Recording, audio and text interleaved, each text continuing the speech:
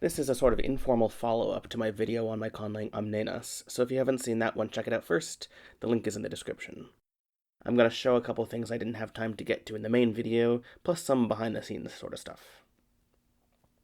First of all, let's talk about the writing system. In order to do that, we'll return briefly to the infinite 3D grid that represents just intonation. Each chord is a section of the grid, and transposing a chord up or down just moves it around in the grid without changing its shape.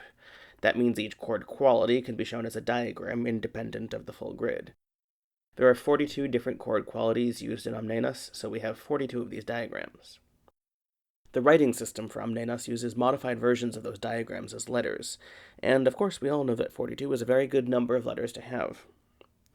Some of the letters are pretty much exactly the same as their diagrams, and some have angles smoothed out to make them easier to write. Where a diagram has a white node to show that it isn't actually part of the chord, the letter has a little loop, and what would be long straight lines are shortened by a loop on the end. In addition to these 42 letters, there are 3 more letters to show each of the inversions other than root position, and another 2 for pivots P and M. That makes 47 letters in total, which is also a very good number of letters to have.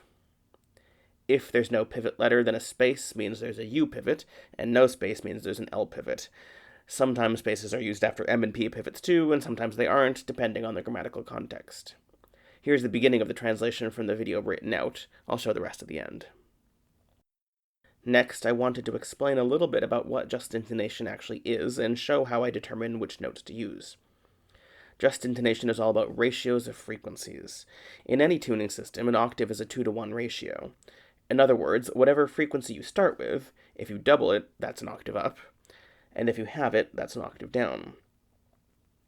In equal temperament, that's the only simple ratio. Everything else has powers of the 12th root of 2, which is irrational.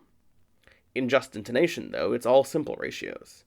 A perfect fifth is 3 to 2, a perfect fourth is 4 to 3, a major third is 5 to 4, a major sixth is 5 to 3, a minor third is 6 to 5, and so on. The 7-limit part of 7-limit just intonation means that every number involved can be factored into powers of 2, 3, 5, and 7. No other primes are involved. Octave transposition can be ignored since it doesn't change the name of a note, so we're mostly dealing with 3, 5, and 7, and those are the 3 dimensions of the 3D grid. Specifically, multiplying by 3 to 2 moves you 1 unit right, 5 to 4 moves 1 unit down, and 7 to 4 moves 1 unit, the other way, away, I guess. All the other possible ratios can be expressed as powers or products of those ones, so they'll either be moves in the opposite direction, or combinations of those moves. So, here are the actual definitions I use for the 42 chord qualities. The left note, which is the root, is the reference point, so it's always the ratio 1 to 1. The other notes are all written as ratios to that root pitch. In the next group of columns, you have the names of the notes, assuming 1 to 1 is C, which is our other reference point. As you can see, certain ratios come up a lot, like 3 to 2, 9 to 8, 5 to 4, while others show up only a few times, like 25 to 16 and 45 to 32. When I'm writing something in Amnenas, I could use this chart to do a whole lot of calculations to determine the ratios of every single note to a single reference point, or I could use this other spreadsheet I made, which lets you input a starting chord and the next chord quality, and shows you every possible transposition of the second chord that has at least one pivot note.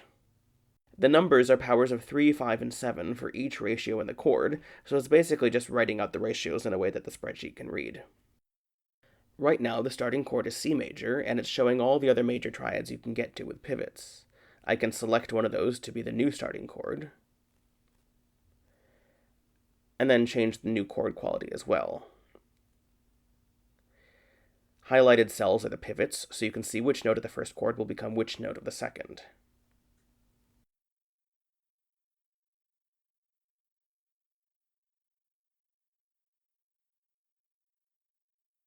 So, now I'll show you what I actually do with all that information.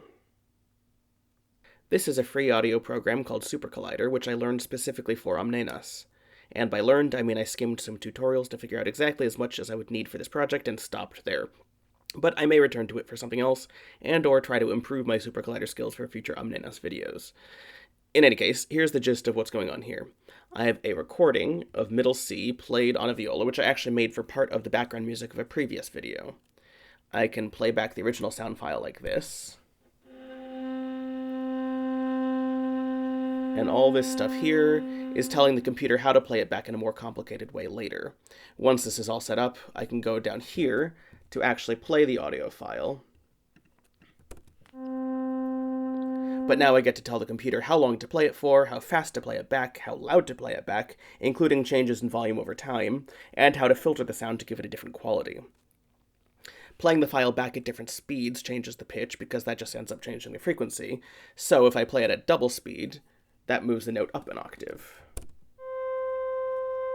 And generally I can just set the playback speed to the ratio of whatever note I want, since this C is the reference pitch I use for note calculations. So if I want a G, I'll play it back at 3:2 speed. E is 5:4. B is 15:8. And so on. Most of the time I want more than one note at once, so I can play the same file at different rates at the same time, like this. So aside from the very beginning, all of the music in the Amnenas video was the single audio file I recorded on viola for a completely unrelated reason. With all that out of the way, here's the translation from the video again, this time written out in the Amnenas script. At the end, I'll also show the part that I translated but didn't have time to actually compose fully.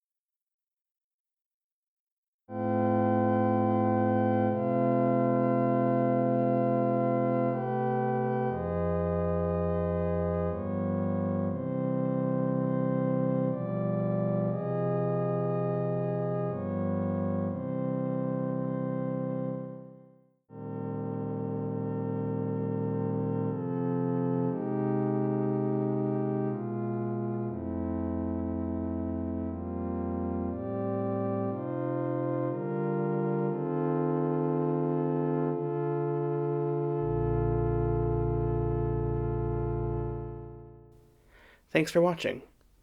Oh, and one last thing I forgot to include in the last video. Here's a behind-the-scenes photo of the audio editing process. Okay, bye.